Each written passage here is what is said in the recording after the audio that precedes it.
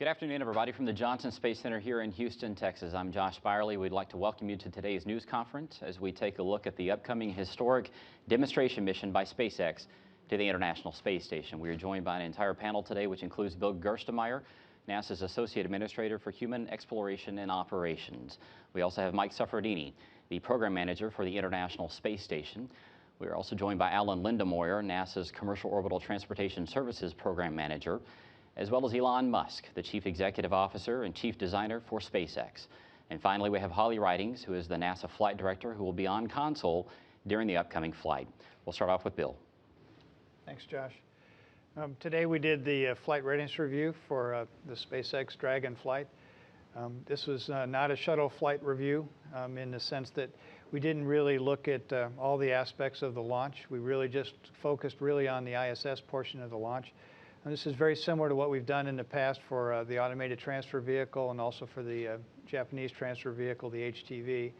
What we do in the review is we make sure that the station is ready to receive the vehicles, that the teams are trained, that the crew on orbit is ready, that we thought about all the contingencies that could occur, and we're really ready to go through the demonstration mission. And again, I think the teams are very well prepared. The SpaceX team gave us a nice kind of introductory review of what they've done in their preparations. It was a very thorough discussion by the SpaceX team. They've done a tremendous amount of work getting ready to get to this point. They've done a lot of work in terms of both hardware, getting it ready to go fly, getting the software ready to go fly. I was very impressed with the overall work. Again, I think they've made tremendous progress as a team. So they've got one more long simulation to go do, one more simulation to do, and Holly will probably talk about that some more. There's still some work we need to do, some more software testing that needs to get done, some other activities. Everything looks good as we head towards the April 30th launch date, but I would caution us all that there's still quite a bit of work that needs to be done. There's some things we've got to do on our side to validate some software and things after the SpaceX team completes, and our teams will have to go look at that data and then make sure that it's all okay. So I think there's a good chance to make the 30th. We'll continue to work through this stuff over the next week or so. On the 23rd of April, we'll get back together again and just kind of assess where we are overall to see how things are moving forward. But again, tremendous progress by the teams. I was very impressed with the discussion between the NASA teams and the SpaceX teams. When I hear the discussion back and forth, it's really one team. They're really focused on how do we deliver cargo to space station, how do we get ready for this next phase, and these teams have worked just phenomenally well together. So with that kind of attitude, I look forward to good activities as we move towards the launch. So thank you. Mike? Well, good afternoon. We're always excited when we have a vehicle coming to ISS, but this will be one of those historic launches with the first commercial vehicle coming to ISS to provide supplies, not only for this particular flight, which is a demonstration flight, but really for the long term. This is the beginning of a long-term effort to have the commercial vehicles supply the ISS, which is a critical need for the program. As Bill said, we had a successful flight readiness review, and then prior to that, the program has what we call a stage ops readiness review. And at that time, what we verify in this new world order is really safety of the vehicle within a sphere around the ISS. We call it the approach ellipsoid, and it's about 2 kilometers by 4 kilometers around the ISS.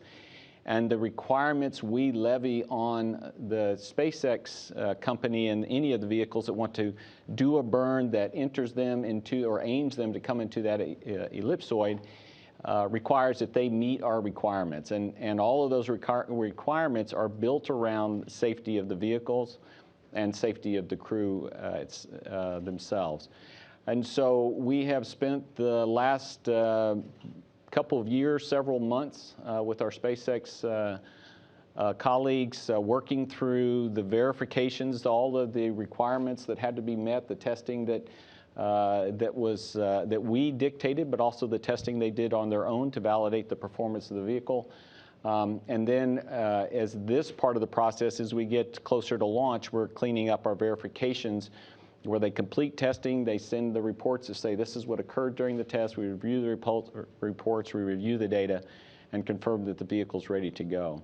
So at this stage of preparations, as we get close to a potential April 30th launch, we're in good shape. We still have some what we refer to as non-standard open work, and that just means there's some of the verification closures need to be completed.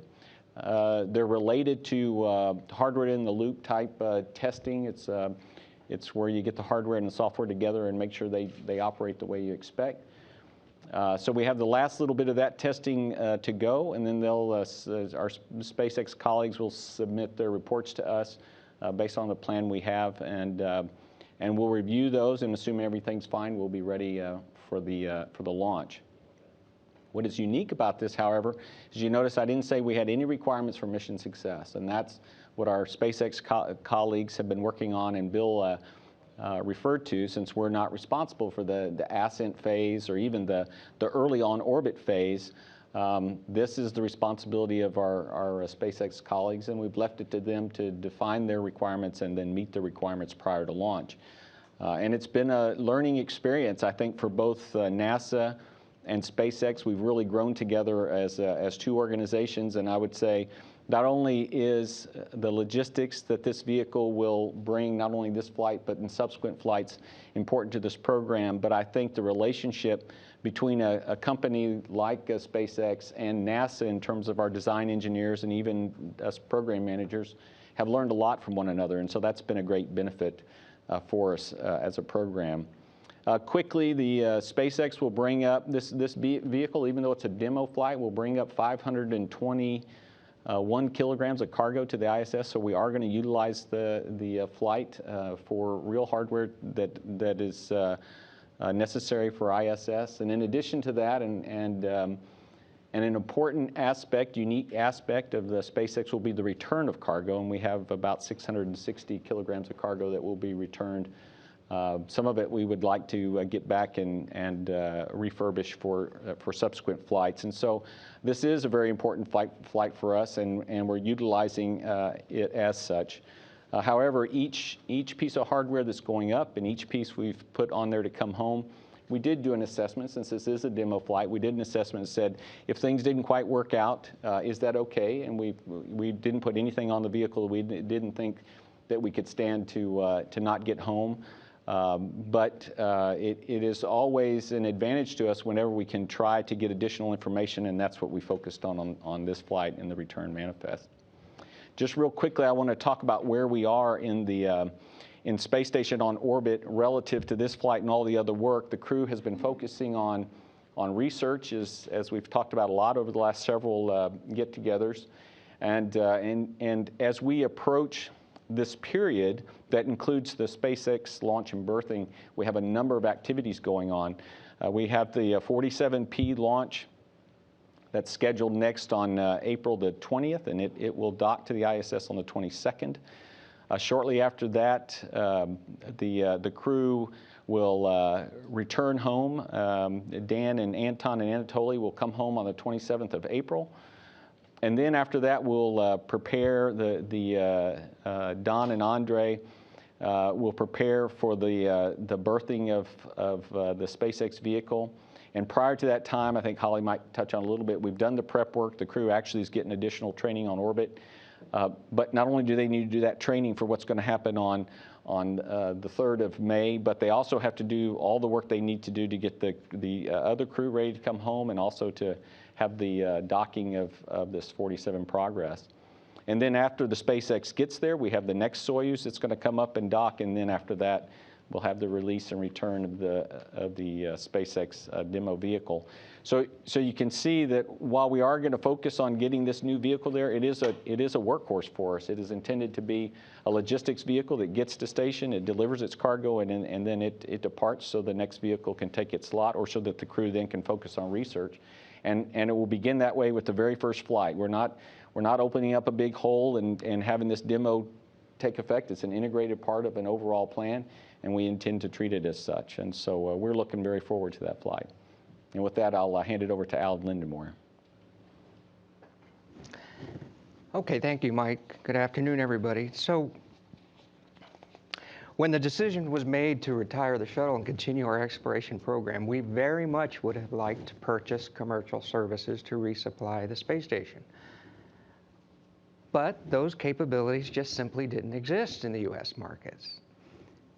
So we decided to think like an investor. We wanted to become a consumer of services rather than a customer of requirements. That would be our more traditional approach. Write our requirements, go hire a prime contractor, and develop the capability. But we believed that these capabilities were within the grasp of U.S. commercial industry. So 5 years ago, we set these objectives for the program. You could pull those up if you would. We had to learn to think like an investor. We wanted to place strategic financial investments to help stimulate the commercial space industry. Then we put some structure around those investments where we developed the program to have the companies demonstrate these capabilities with the goal of achieving safe, reliable, and cost-effective services. We were looking to help lower the cost of access to space. We believed that that would, of course, help us out and also be the key to opening up new markets in low Earth orbit.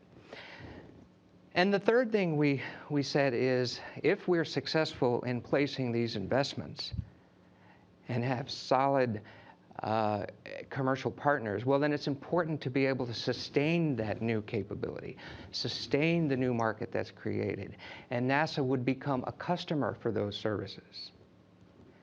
And by reducing the cost, we hope that this will also be sustained by opening up new markets by this lower cost access to space. Well, we followed through on that promise. In December of 2008, not only had we awarded the SpaceX agreements for the development program for the new commercial services, but we also awarded the resupply contracts for the space stations. So we certainly followed through our promise to become a very interested customer. Next chart. So this is a summary of the new capabilities we're about to see demonstrated with SpaceX. We did sign the agreement with SpaceX in August of 2006. We've monitored SpaceX's performance over the years through a series of pre-negotiated milestones. And this is also a difference that from our traditional approach of regular contracting. In this case, we only made payments after the milestone was achieved. It was up to SpaceX to provide the necessary funding and resources necessary to meet each one of these incremental milestones. And then when they were successfully made, we made our incremental payments. To date, we've paid 37 out of a total of 40 for $381 million of investment out of a possible $396 million total on the agreement. All the milestones are completed except for the last three, this upcoming demonstration flight. This is the second demonstration under our SpaceX agreement. The first demonstration flight was completed for our program in December of 2010. A very successful first flight of the Dragon spacecraft on the Falcon 9, an orbital demonstration and return. Next chart, please. In addition, we also have a commercial partnership with Orbital Sciences. This is a very similar SpaceX agreement arrangement with Orbital. They started a year and a half later than our agreement with SpaceX, and they're also making very good progress. We'll see Orbital planning to fly later this year. They'll be starting with a maiden flight of their new launch vehicle, the Antares launch vehicle. This will be launched out of the brand new launch pad at Wallops Island, Virginia, off the eastern shore of Virginia. So we're looking for that later in the year. They have 5 milestones left: the completion of the first stage assembly, the maiden test flight.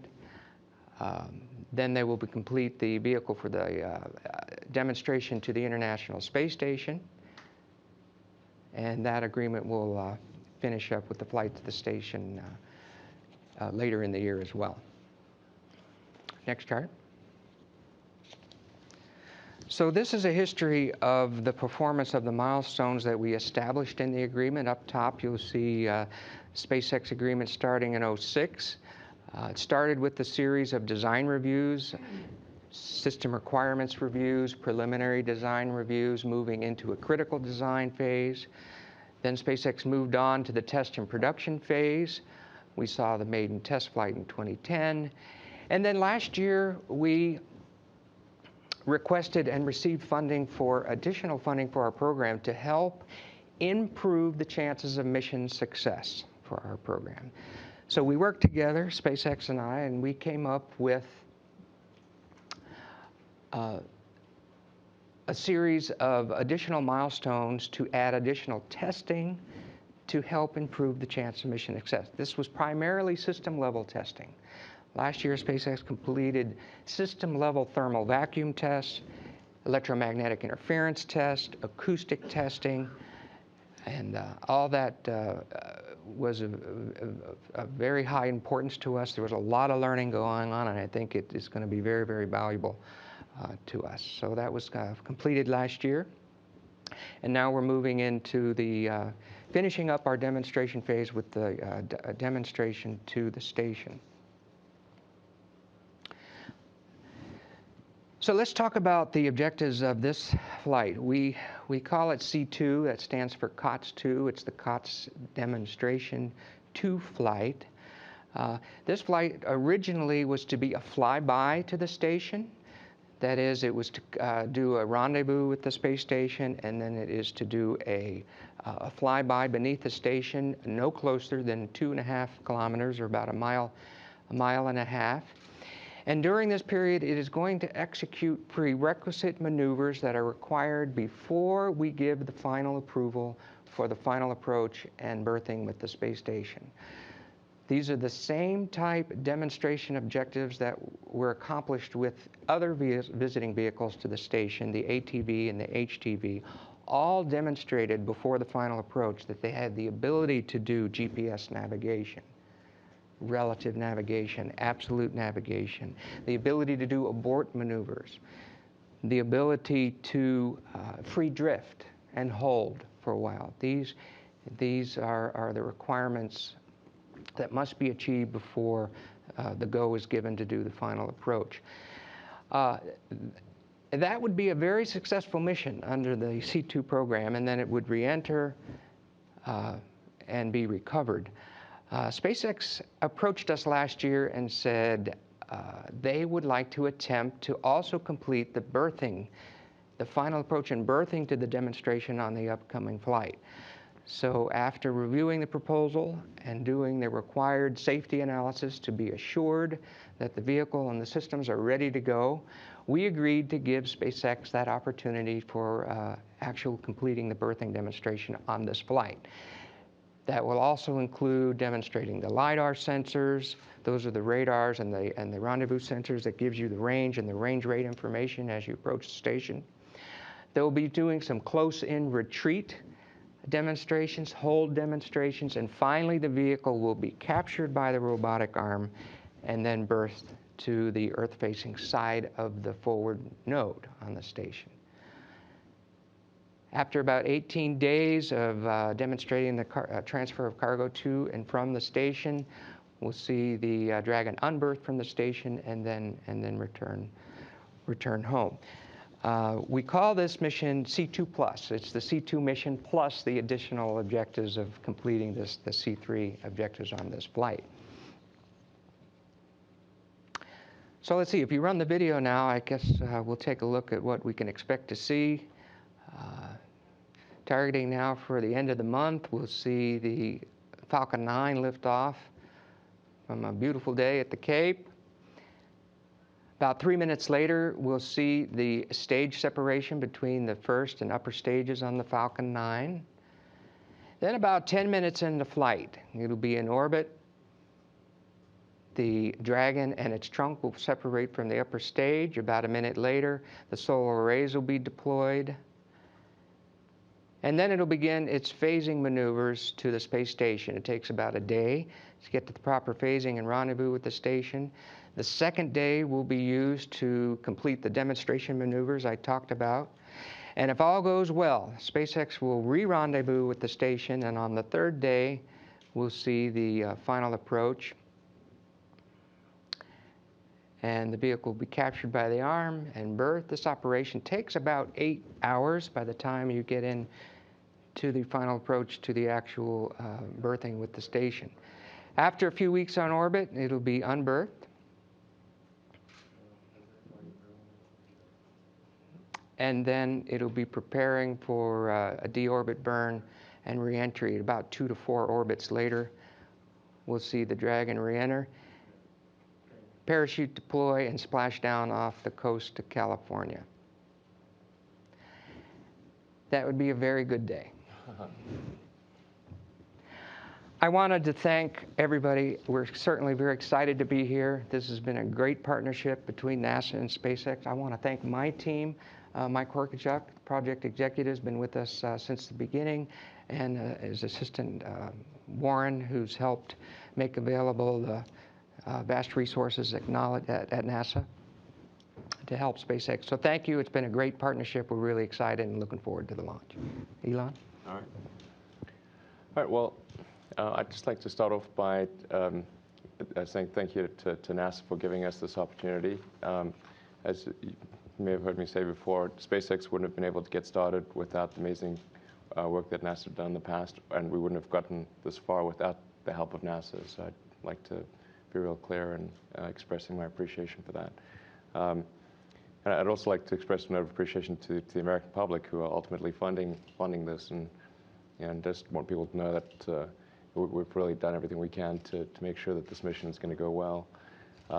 It's been a huge amount of hard work by the SpaceX team in partnership with NASA, and I think we've got a pretty good shot. But it is worth emphasizing that there's a lot that can go a lot that can go wrong in a mission like this, because you've got to have the success of the rocket, and then you've got to have the success of the spacecraft. Now we've launched the rocket twice before, and we've launched the spacecraft once, but they're still relatively new. And then there's the whole proximity operations and berthing system, which is going to be tested for the first time in space. And so there's no space station on the ground. So our work to date has been done by simulation and by approximating the circumstances that it would find in orbit and approaching the space station. So I think that's just important to appreciate, that this is pretty tricky.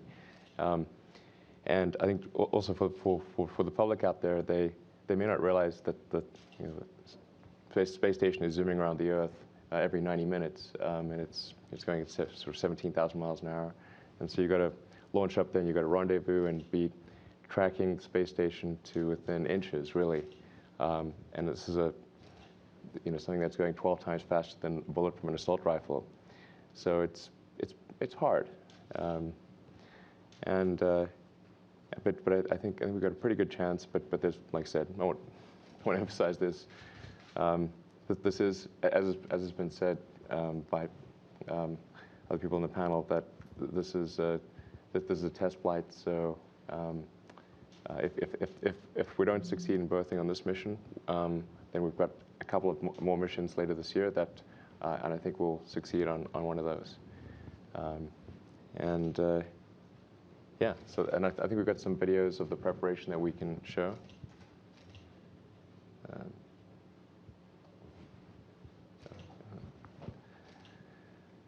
There we have the rocket in the hangar at Cape Canaveral.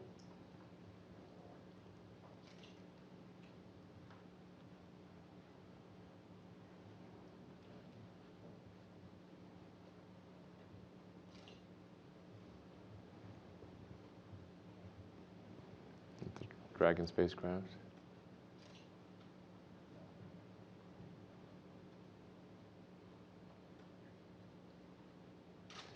Now, one of the things that's worth noting about Dragon is that we've tried to design something that is very similar between cargo transport and astronaut transport. So it's we expect there to be relatively few differences between the two.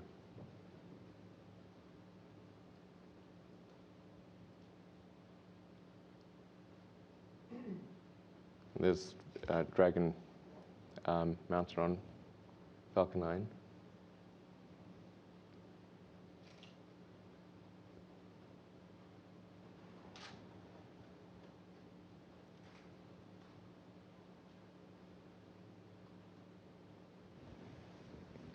here we're doing a wet dress rehearsal, which means we load the liquid oxygen and kerosene, the fuel of the rocket, and just make sure everything's okay. And coming up soon, we'll have the static fire, where we'll light the engines and shake things up a little, but keep the rocket held down, and then see if everything's okay before. And we'll spend several days analyzing that information, and if that's looking good, then it'll be okay to launch the rocket in theory. So, do we have another video? Pardon me? Oh, COTS milestones. So we've got one more video to show.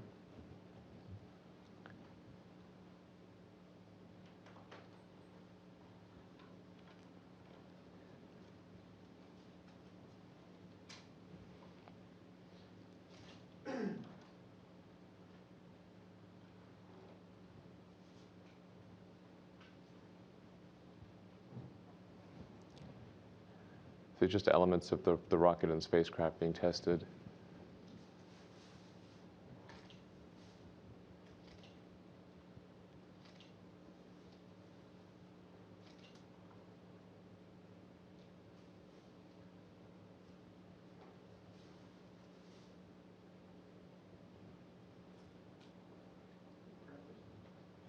And I think it is worth emphasizing that the Falcon 9 has flown twice before, and Dragon has flown once.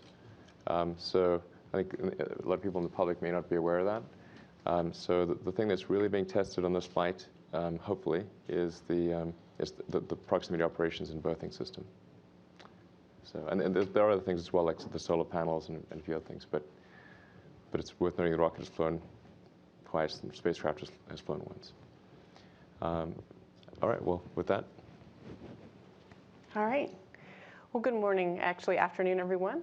My name is Holly Ridings, and I'm the lead NASA flight director for the SpaceX Dragon demo mission. I'd like to tell you guys today that the operations teams have been working extremely hard for multiple years, really preparing for the launch and leading up to this day so that we could come and explain to you exactly what we've built together. The first part, of course, is when you incorporate a new team, a new partner, in this case, SpaceX, our first commercial partner, into the space station. There's a lot of technical things you do, the nuts and bolts, make sure that we can talk back and forth between the two control teams, the control team in Hawthorne in California at the SpaceX facility, and of course, our team here in Houston, commanding back and forth telemetry, back and forth, and as well as information that can pass all the way from their facility in Hawthorne up to the space station. So we put that infrastructure in place to incorporate them as a new partner. We move on from there really to build the framework of how we're going to fly. This takes multiple years really for their team to learn about the space station, for us to learn about the Dragon. It's really a partnership. They are certainly the experts in the Dragon, we're the experts in the space station, and we treat it as one team. It's two dynamic vehicles flying in space together, and it's extremely important that you communicate and understand each team's roles and responsibilities. As was alluded to earlier, our role here in Houston is really the safety of the crew on board the space station itself, and then the SpaceX Dragon team is responsible for the mission success. And we've built a framework working together where we should be able to get both of those items successfully accomplished. We write documentation, procedures, flight rules, the things you're familiar with the other vehicles that NASA has flown in space, and we make sure that the teams are trained to use all of that information. So we practice using our simulation capability, learning how that process is going to work, coming up with failure scenarios and talking through how we're going to react and recover from those. And again, as was alluded to earlier, we've performed a series of those for all the different phases of the flight. The last simulation, just the final clean run for the polish before we go and fly here shortly, will actually be next week. And so we're really looking forward to doing this run one last time on the ground before we get on orbit. The other big piece of our operations team, of course, is our space station crew, since they will be performing the grapple of the Dragon vehicle, the berthing to the space station. And so that team, our crew team, has been working hard to prepare for this mission as well. The time frame that we're discussing launching in is one in which we've got 2 crew members available to perform the Dragon operations. And so we've spent a lot of time communicating with them, Don Pedret and Andre Kuipers, making sure that they understand exactly what will be expected of them. They, of course, were trained on the ground, but they have been on orbit for a while we've continued to work down here and learn new things. And so we spend a lot of time communicating all of that information to make sure, really, as the third piece of our operations team, they're ready to go for us. So now we're going to kind of walk through the mission that we've put together. So if I could have the first still, please. You can see the different phases of the flight. So we've got our launch, followed by the phasing where the Dragon's still far away from the space station.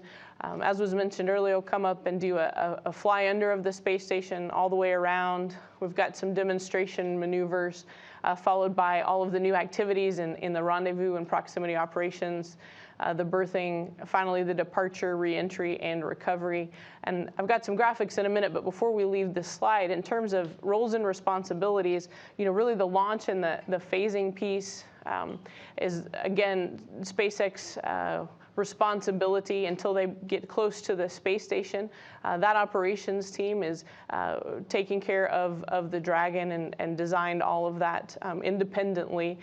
We have understanding of exactly how that will go, but certainly that's their responsibility. When we come up close to the space station, then the interaction with the NASA team begins, and we've got some gates and some process in place where we make sure that the safety of that space station, our space station, is protected. And again, once the Dragon has left after departure, the SpaceX team takes over again and works with the FAA colleagues and brings the Dragon home and performs the recovery. Again, certainly that has NASA cargo, so we're interested in it, but from an operations sense, the Dragon team performs that function in terms of the departure and the recovery. If we go to the next slide, please. So one of the things that I mentioned was the demonstration objectives. These were touched on a little bit earlier.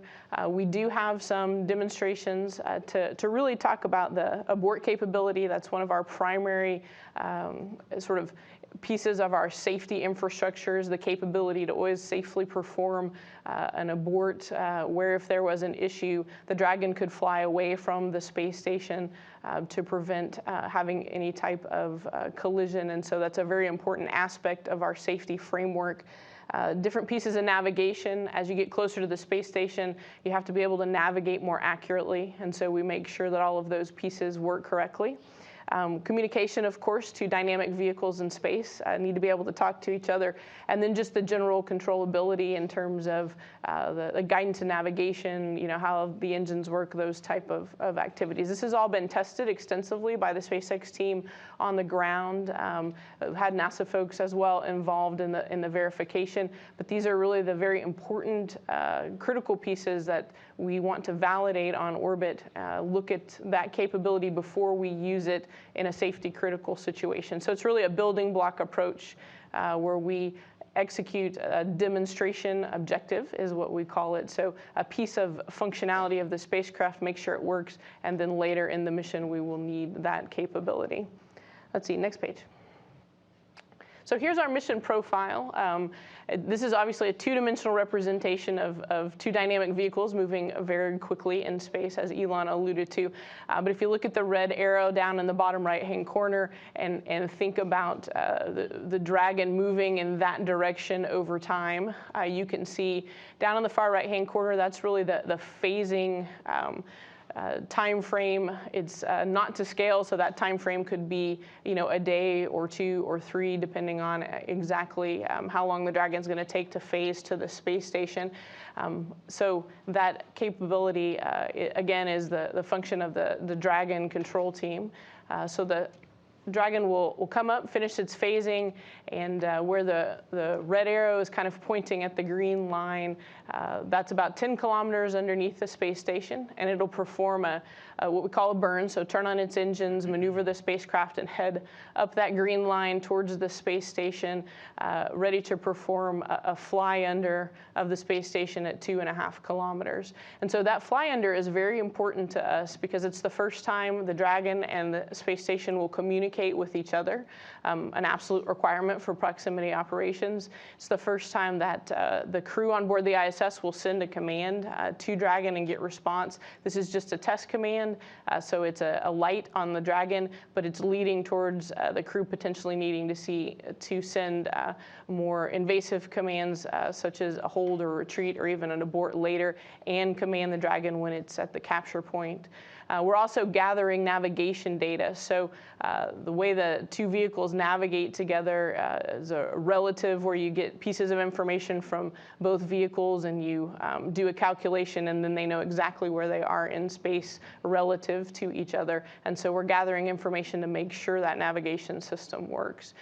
So we're flying to the space station, gather all that information. The Dragon's going to head back down to about 10 kilometers below, and then do a big lap around the space station called the fly around, where it comes up the left-hand side of that graphic. It's phased fairly far out in front of the space station by then, greater than 200 kilometers. And so it'll perform, again, a burn, another turn on the engines, and move the spacecraft headed up and over the space station, come across the top of the space station, and then down the backside relative to the graphic, again, fairly far out from the space station, beyond 200 kilometers. So that entire process should take just about a full day, on the order of 22 to 24 hours to complete. Let's see, next slide, please. So now we're kind of back where we started at our red arrow, roughly, again, that day later, and we're headed again back up to 2.5 kilometers below the space station. Remember, that was the distance that we did the fly under the day before. You can see the green dot. That's where we cross into what we call integrated operations. And so I mentioned earlier sort of the responsibilities of the different team members. Our responsibility in Houston being the safety of the space station and the crew on board the space station. And so when we're inside of integrated operations, which is in close proximity to the space station, the team here in Houston has authority over the mission. Of course, again, we're working as a team and in partnership and communicating with the Dragon team, but we do have the final authority so that we can keep that safety at the very top of the priority list. We've come up to 2.5 kilometers inside of the integrated operations, and now we're going to head up to 1.4 kilometer. The little dots, the little red dots, again represent burns, or again, a time where Dragon will fire its engines and adjust its height relative to the space station, so it's headed up closer to the space station. So now we're flying under at 1.4 kilometers. Again, next red dot, this is our approach initiation. So this is the burn that will take the Dragon on an intercept trajectory with a position directly below the space station. We call it the R-bar, so it's the radius of this between the space station and the Earth. If you drew a line from the center of the space station to the center of the Earth, and 350 meters below the space station, you put a little Dragon, that's where it's headed. So it's going to end up in that position, and eventually we'll get to 350, move another 100 meters, and actually pause automatically at the 250 meter hold point.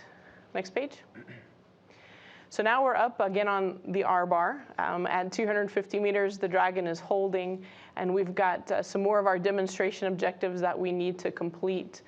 These involve the crew with some of the commanding. So you can see the green Dragon represented on the slide will approach from 250, so it starts moving towards the space station. The crew will then command a retreat, and so it will turn and head back towards that 250 meter hold point. The graphic has all of the Dragon pictures spread out on the left so you can see the up and back, but they actually all will happen on that R-bar line, just forwards and backwards. It's just hard to represent on the slide. So now we've gone to commanded the retreat. We're headed back to 250. Then the Dragon team in Hawthorne will send the Dragon again towards the space station. The crew will tell the Dragon to hold. That'll be at about 220 meters. And so that will be the last of our go, no go objectives in terms of the demonstration objectives. We do have go, no go criteria, and that's our terminology that we use in our flight rules. We're here in Mission Control Houston and with Mission Control in Hawthorne at SpaceX. We take a poll and make sure that all of the systems on board the ISS, all the systems on board the Dragon, any type of failure detection, the robotic arm, the cameras, basically everything you need in order to do that next step of the mission is in the configuration you expected. And then after you've had that communication between the two teams and everything is in the proper configuration, then the go is allowing the Dragon to proceed and continue with the next step of the mission. So when we use go, no go terminology, that's exactly what we're talking about. So at this point, we're 220 meters below the space station. We've completed all of our demonstrations. Again, the controllability, the navigation, the abort. We have taken the poll and made sure that we've got all of the functionality we need, and we're headed on up towards the space station again. We're going to cross into what's called the keep out sphere. So it's a 200-meter circle around the space station, which we kind of use as a line of demarcation for us to know that we need all of that functionality checked out before we head past that point. We're going to head all the way to 30 meters. If I could have this slide back, please, might be easier. Thank you. So we're going to head all the way to 30 meters, and the Dragon, again, will automatically stop at 30 meters. We're going to perform another one of those go, no goes, so a poll to make sure we have all the functionality. At this point, the crew is heavily involved with us. They've been monitoring the Dragon, certainly throughout those demonstration objectives where they were sending several commands, and also as the Dragon headed towards the space station with the capability, if necessary, to go ahead and take action. Although the Dragon vehicle itself is designed by the SpaceX team to really be very automated and to take care of itself, the crew is really there kind of as a safety net, certainly with the first flight of the demonstration capability. We really would like to make sure we've got all of the crew involved as well as the vehicle itself. So we're at 30 meters. We've taken our poll. Now we're going to head up to the 10-meter point. You may also hear this referred to as the capture point. The Dragon will hold again automatically 10 meters from the space station.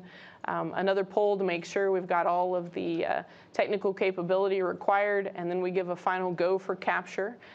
We tell the crew that we are ready for that capture, and then they really take over from that point. They have a command to inhibit the thrusters on the space station, so those will not fire. They'll take the Dragon to what we call free drift, so again, where the thrusters do not fire, and then they will drive the robotic arm, the SSRMS, out and capture the Dragon. Obviously, you don't want thrusters on either spacecraft firing when you've got your robotic arm connecting the two until it's had an opportunity to rigidize, otherwise you might harm it. So that process will be taken care of by the crew. Now we've captured the Dragon successfully. The next couple steps, we are headed towards doing a berthing of the Dragon. We do some system configuration to make sure it's ready to be berthed. We'll make sure that the common berthing mechanism, the passive side that's on the Dragon, is clean of any type of debris. And then we'll head on in robotically with the crew, flying the robotic arm to berth the Dragon to the Node 2 nadir position, again, the Earth-facing position. All of that activity from coming up the 2.5 kilometers all the way up the R-bar takes place in one day. It's a fairly long day. It's about 7.5 hours for that rendezvous and proximity operation. The next morning, we'll get up and open the hatch for the first time and perform the very first cargo transfer. We're going to perform roughly 25 hours of cargo transfer, both unpacking and then packing the Dragon while it is on orbit. And then several weeks later, we'll get the Dragon ready to come on home. If I could have the next slide. And so here's our reentry and recovery. In terms of space station operations, we take the robotic arm and unberth the Dragon from Node 2 Nadir, unberth it from the CBM. We'll hold it out on the end of the robotic arm, make sure it's got all of its navigation capability up and running, and then we release the Dragon. It performs a series of burns, again, maneuvers. There are 3 of them. So one, you can see where the green Dragon is, a second one at kind of the end of that half circle, and then a third one at the end of the second half circle. So a series of 3, we call them departure burns.